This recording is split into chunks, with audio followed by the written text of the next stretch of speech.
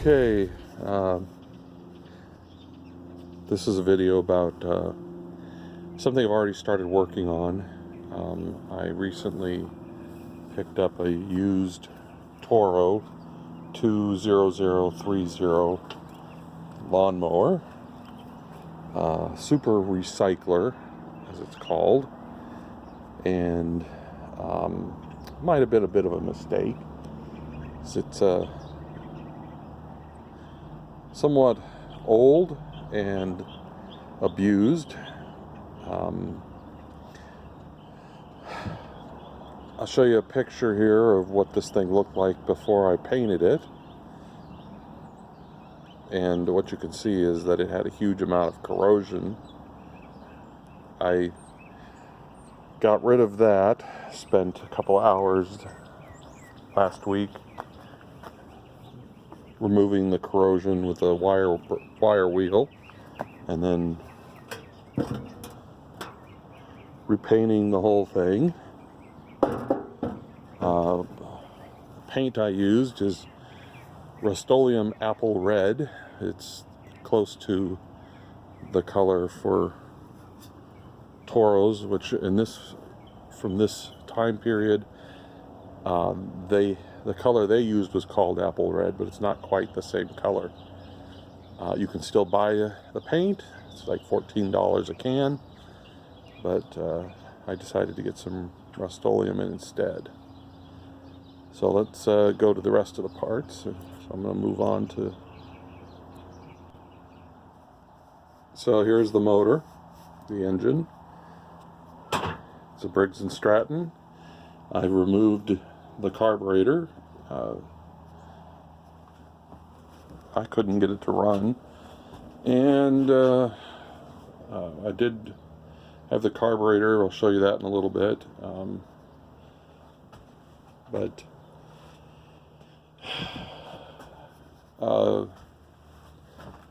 right now there's no oil in this. I emptied all the oil out, and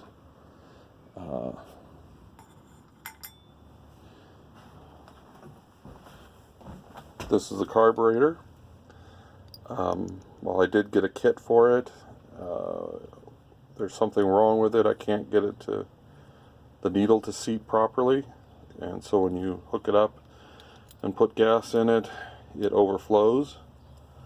So I've got another carburetor on order, a cheap Chinesium one. That we'll see what the quality is.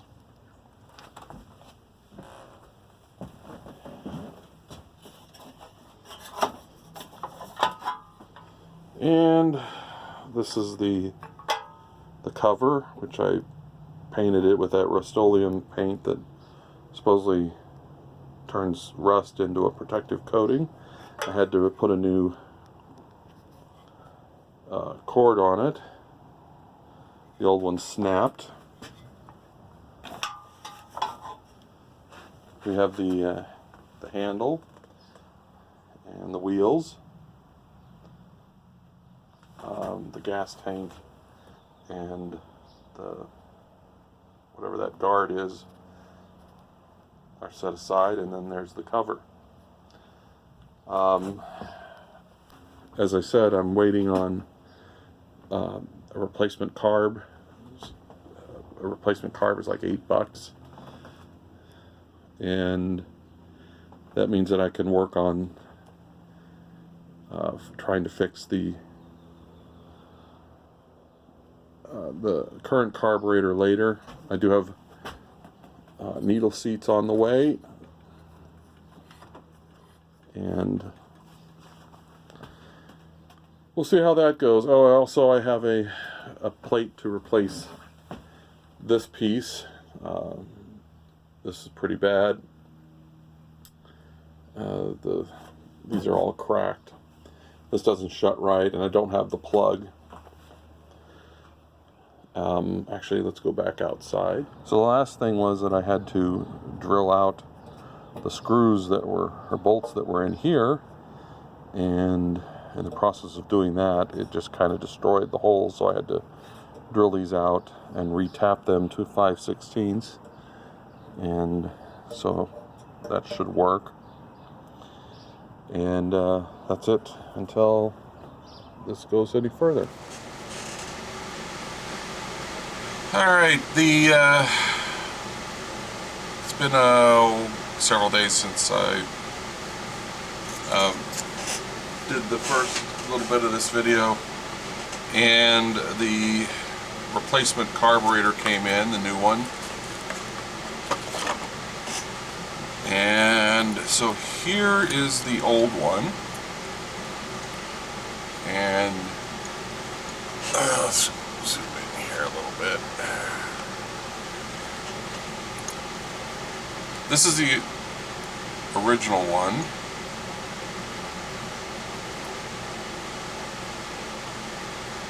Oh, this is interesting.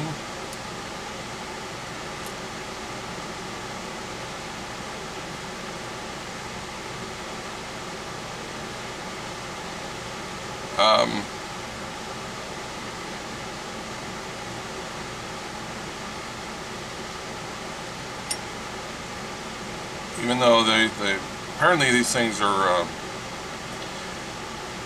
pretty interchangeable. This one is for the primer version of the engine, so it doesn't have a choke, it just has a throttle. And I can see right over here that this is slightly different.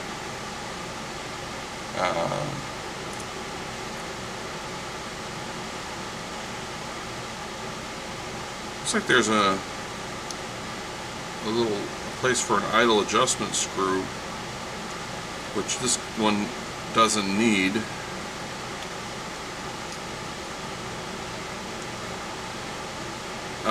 Some things I noticed about this original one, as far as I can tell, it's original.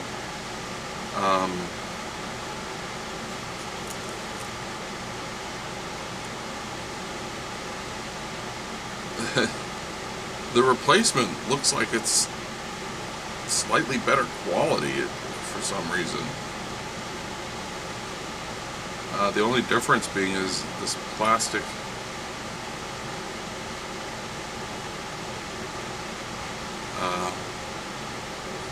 throttle here, but it has a brass fitting where the original has a cast fitting.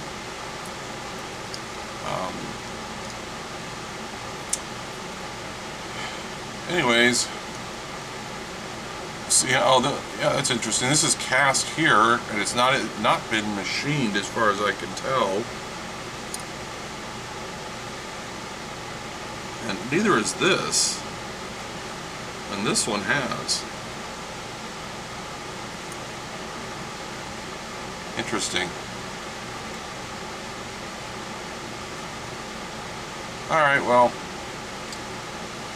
we'll see about putting this thing on there, and then I can start getting this thing back together. Alright, the carburetor's on. I torqued it to 75 inch-pounds, which is what the manual said. Though I was almost certain I was going to strip the bolts, but they didn't. I've done some touch-up paint on it.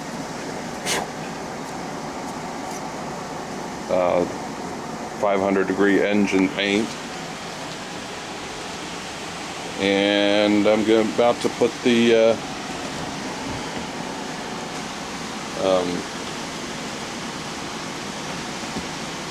air filter holder on it. So we'll come back here in a second.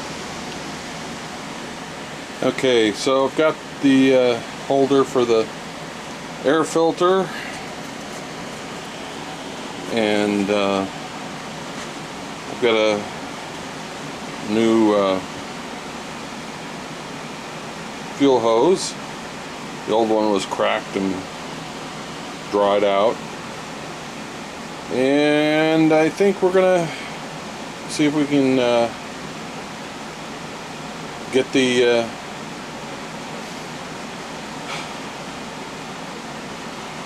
fuel tank and the cover on this thing. Cover's on. Hold the spark plug, and pretty dirty. I'm going to clean it up. check the gap, and put it back in. So the let's see, we've got this back on, brand new air filter, gave that a little bit of paint. Let's see here, the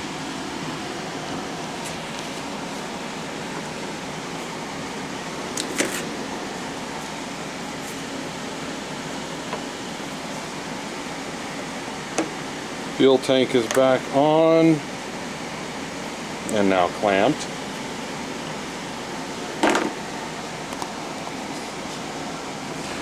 Something I noticed on this is that if you want to restore manual throttle functionality to this thing, looks like all you have to do is just take this piece here, bend it up, and that would restore a manual throttle, and then you can hook up to one of these two connectors.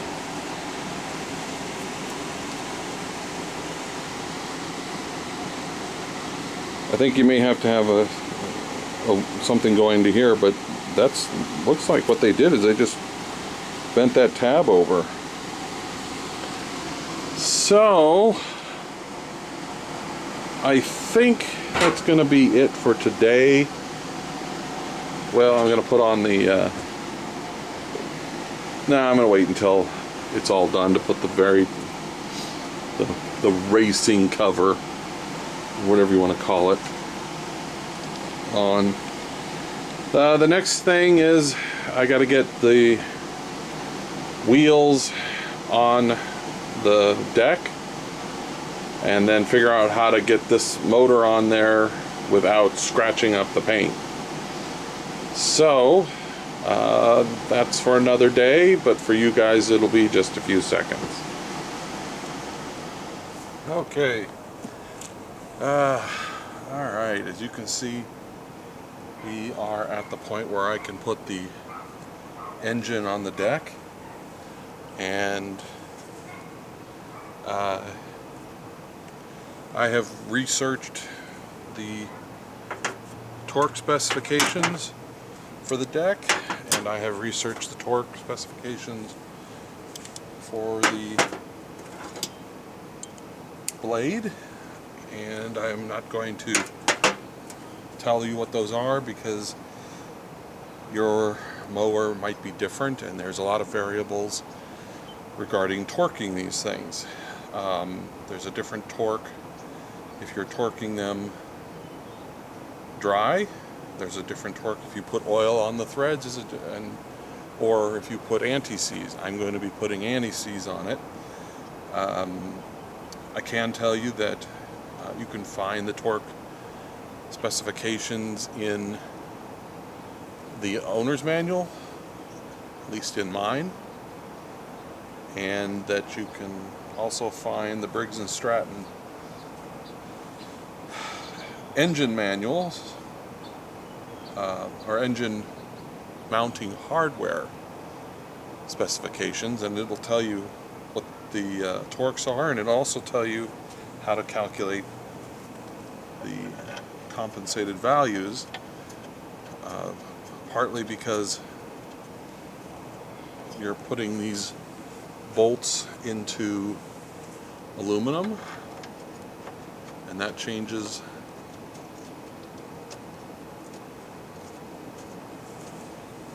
can change the torque. In this case, I used the torque values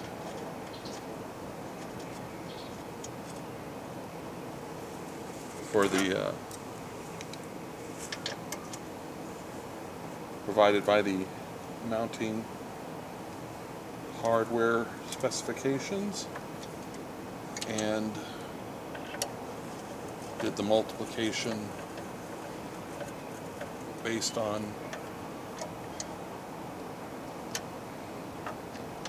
how they're being mounted, being as they're in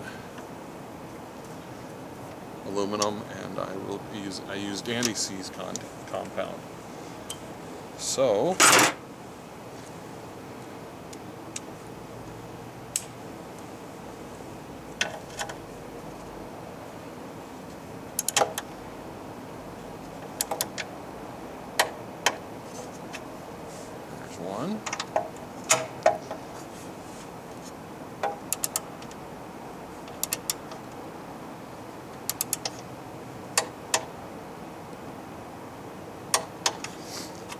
to. And the reason I used anti-seize compound is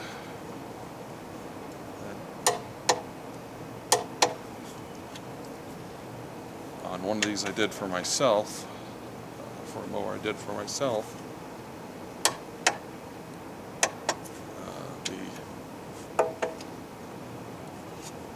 one of the bolts I tried to remove snapped, and I wasn't able to drill it out, so my mower only has 2 bolts in it. Alright, so those are torqued, and now I'm going to set my torque wrench.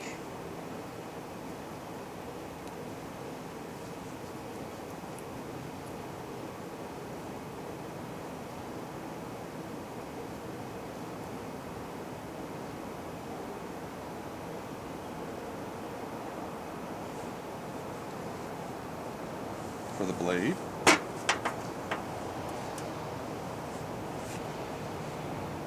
And I'm mounting my blade per the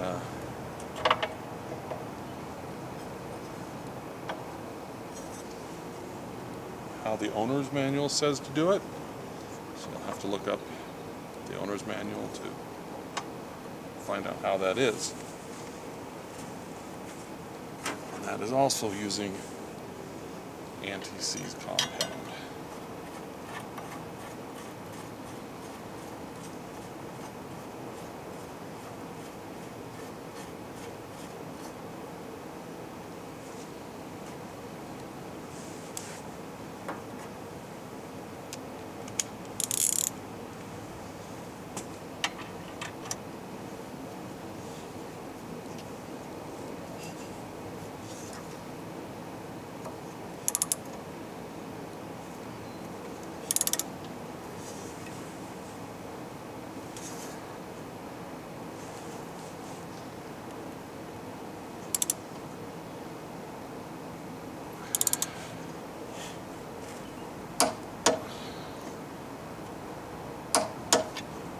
There you go. Torqued according to the manual. So the next thing is I've got to get the wheels on this thing. So let me get set up for that.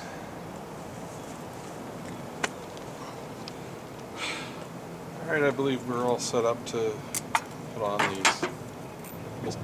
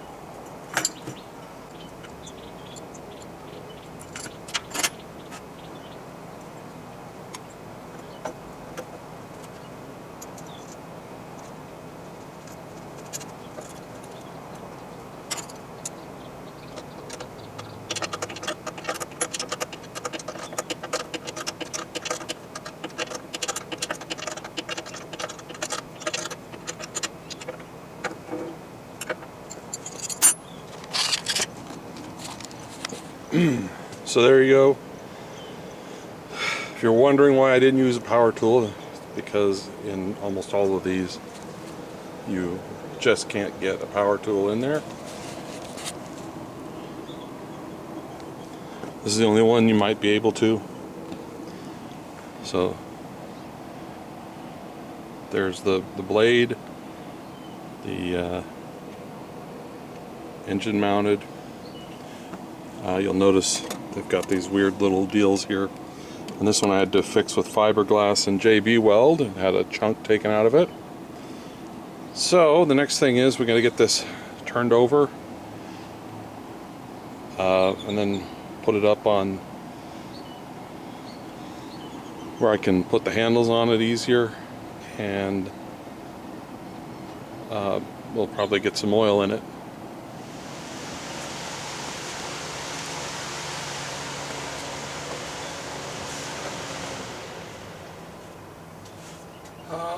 Okay.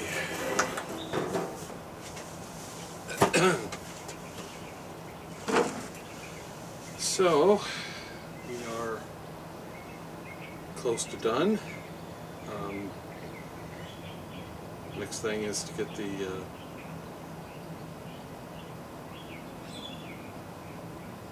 handles on.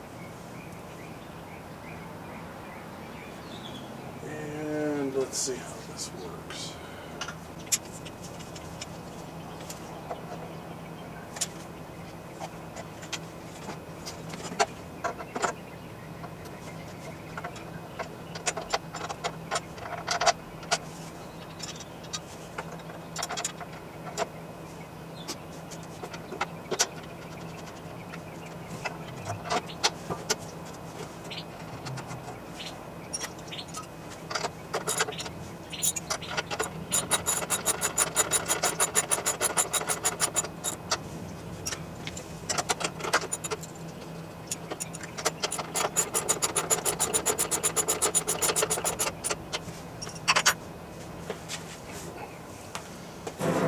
Got apart.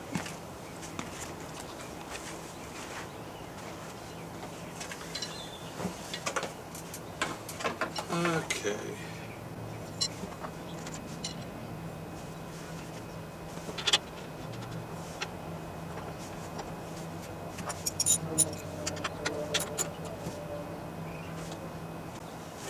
Oh, I got that backwards.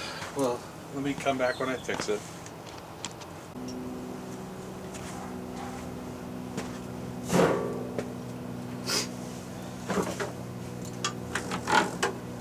So I didn't notice that this down here was wider than this, so I had the bolts in backwards. Pretty simple fix. One of the things I did was these pieces weren't they attached from here to here, and there was nothing to hold it on here. I don't know if there's a part missing or what, so what I did was I drilled it for a cotter key and put a cotter key in it.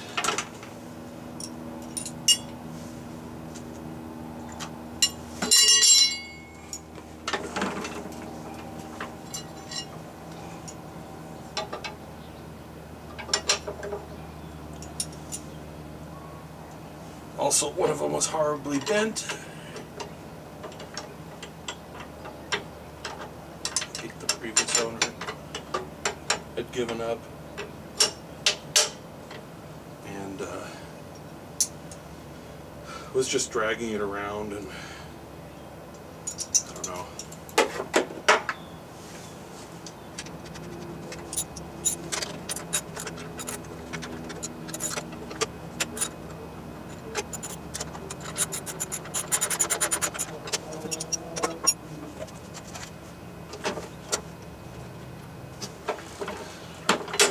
So that's better.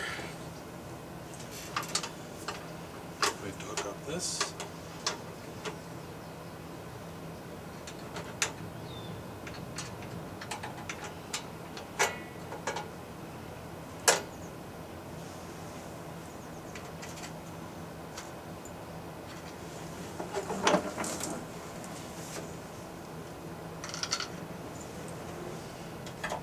And I brought out 16 ounces of oil. We'll see how that works.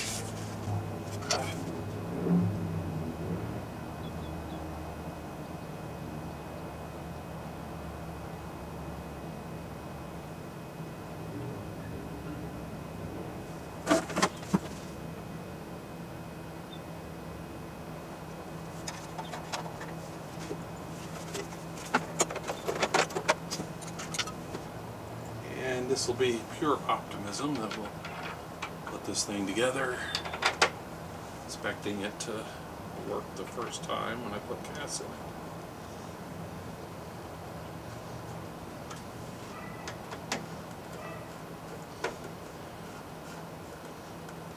There we go. Now it should go 20 miles per hour faster. All because of that. Here's where we get to find out if it's going to leak.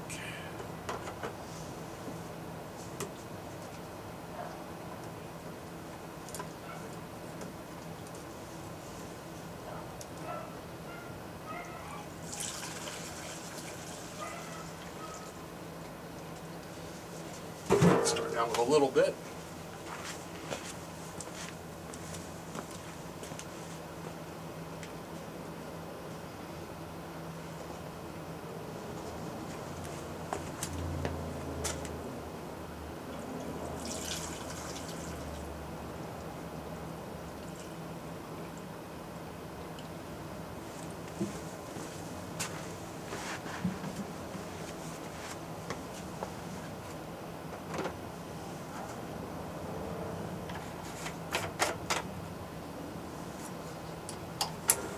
Spark.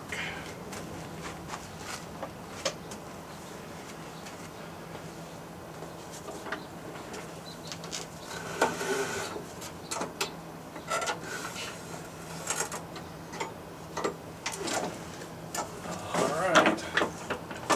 Oh, this one's got to be primed. 1, 2, 3.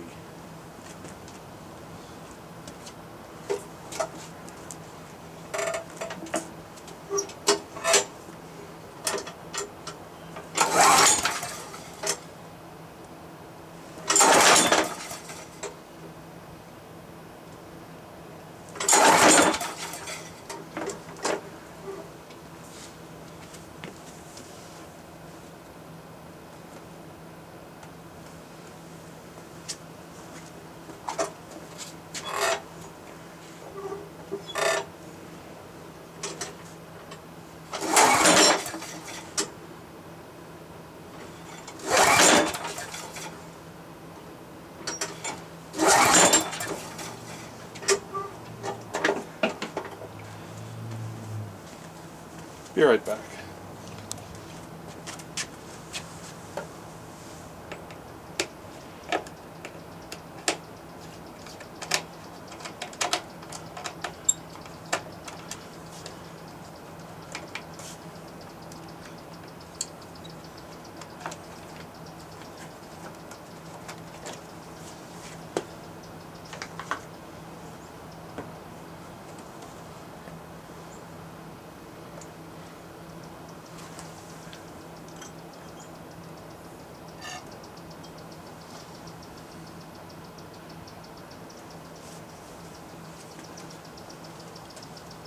Little musty one action there.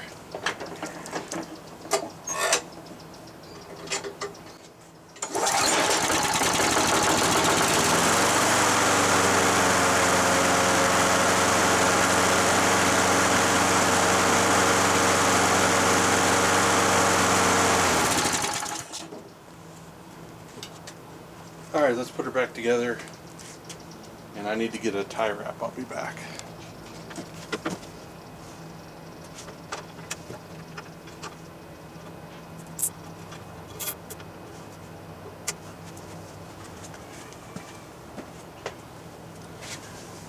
Okay.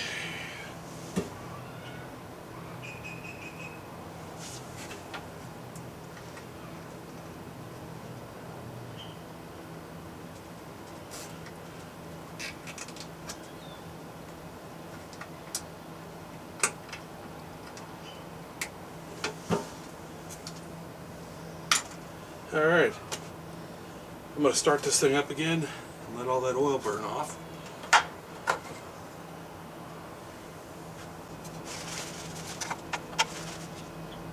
Yep, it's a little local. That's okay.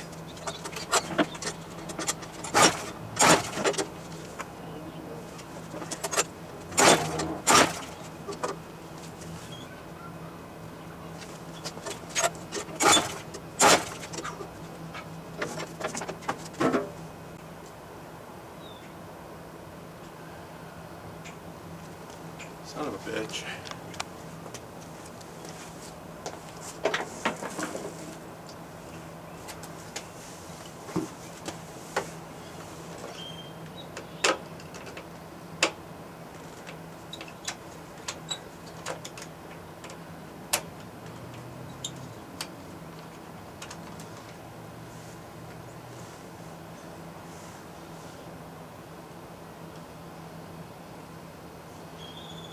I'll have to research this, but I think primer bulb isn't working right.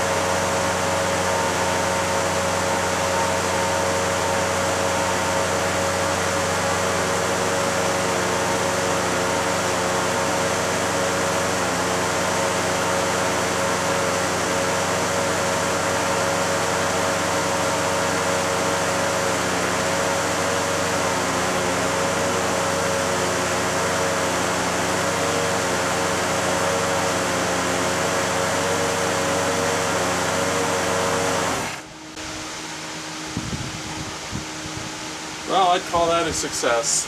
It's working.